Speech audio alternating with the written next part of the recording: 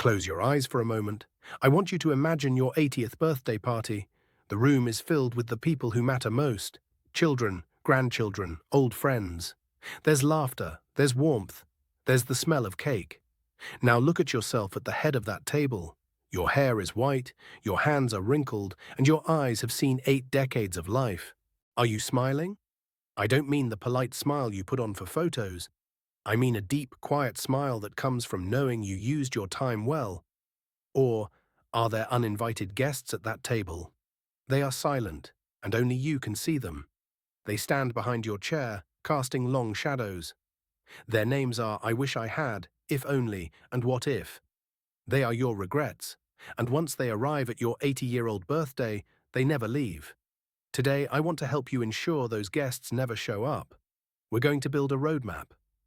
But we're going to build it backward, using the most common regrets of the dying as our guide. We're going to look at the end, so we can know what to do right now. The single most common regret isn't about money or fame. It's this: I wish I'd had the courage to live a life true to myself, not the life others expected of me. I call this the painted life. It's like you're the canvas, but your parents, your boss, your culture, they are holding the brush. They paint a portrait of who they think you should be: a lawyer, a dutiful spouse, a quiet worker. And you, wanting to be loved and accepted, you step into that painting and you become it. I knew a man named Robert. He was a brilliant architect. His eyes lit up when he talked about design, but his father was a surgeon, a formidable man who expected Robert to follow in his footsteps. So Robert became a doctor. He was good at it, he saved lives, he made a lot of money. But when I visited him in his final weeks, there were no medical journals by his bed. There was a sketchbook. It was filled with drawings of buildings that were never built. He told me, with tears in his eyes, I lived my dad's life. I don't know where mine went. Here is your roadmap correction right now.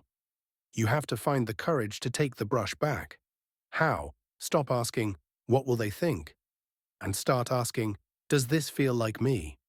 When you face a major decision, a career change, a move, a relationship, try the deathbed test.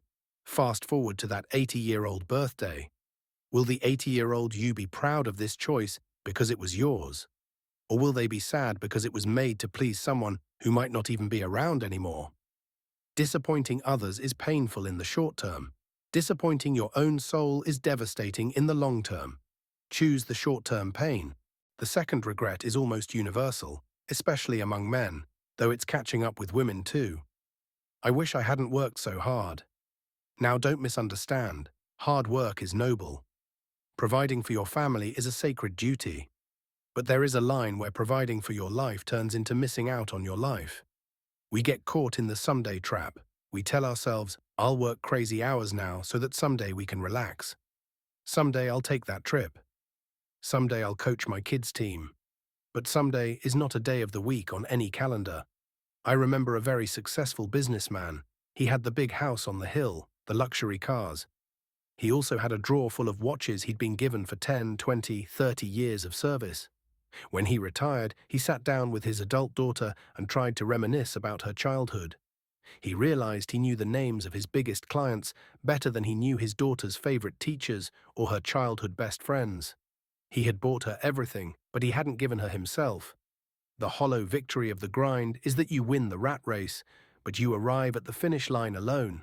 Here is the roadmap correction. You must schedule your life with the same ferocity that you schedule your meetings. Put date night on the calendar in ink, not pencil. Put kids' soccer game as a non-negotiable appointment. When you are there, be there. Put the phone away. Your email can wait. Your child's childhood will not. Remember this. At your funeral, nobody is going to stand up and give a eulogy about how many hours you logged or how efficiently you cleared your inbox. They will talk about how you made them feel. Start building that legacy today. The third shadow at the table whispers, I wish I'd had the courage to express my feelings. We keep so much inside, we swallow our words to keep the peace. We hide our love because we're afraid of rejection. We bite back our apologies because of pride. And what happens? We settle for a lukewarm existence, relationships become superficial, grudges calcify into permanent walls. I've seen siblings who haven't spoken in 20 years because of a misunderstanding at a Christmas dinner long ago. Neither one can even remember exactly what was said, but the pride is a fortress they've built around a lonely heart. I've seen people who loved someone desperately for years but never said the words, only to watch that person marry someone else. The silence didn't protect them, it imprisoned them.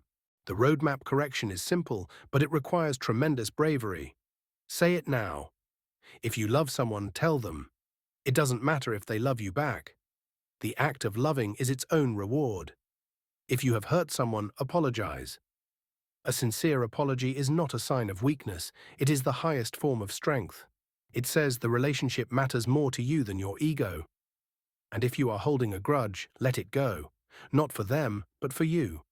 Holding on to anger is like drinking poison and expecting the other person to die. Don't let a solvable problem turn into a permanent regret because you were too proud to speak first. Make the call, send the text, write the letter. Do it today while your voice can still be heard. The final regret we'll talk about today is perhaps the saddest of all. I wish I had let myself be happier. Notice the wording. Not I wish I was happier, but I wish I had let myself be happier. Many of us treat happiness like fine china. We keep it locked away in a cabinet, waiting for a special occasion. We're waiting for the promotion, the perfect partner, the paid-off mortgage, the retirement party.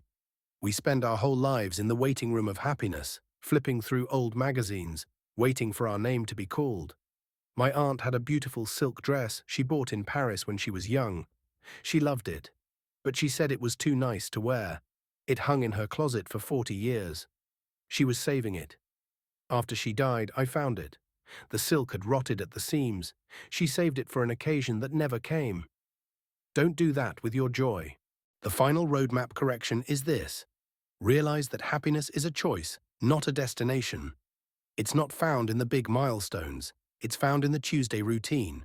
It's in the first cup of coffee, the dog greeting you at the door, the song on the radio that makes you tap your steering wheel. Stop delaying your joy. Wear the good clothes on a Wednesday. Eat on the fine china because it's pizza night. Laugh at a silly joke. Allow yourself to be silly. The permission slip you're waiting for? You have to sign it yourself. Look back at that empty chair at the head of your 85th birthday table. It's waiting for you. The journey between here and there will go faster than you can possibly imagine. The good news is, you still have the pen. You are still drawing the map. Live your own life. Be present for the people you love. Say what needs to be said. And for heaven's sake, let yourself be happy along the way. Do that, and when you finally sit in that chair, the only uninvited guests will be memories of a life fully lived. I'll see you down the road.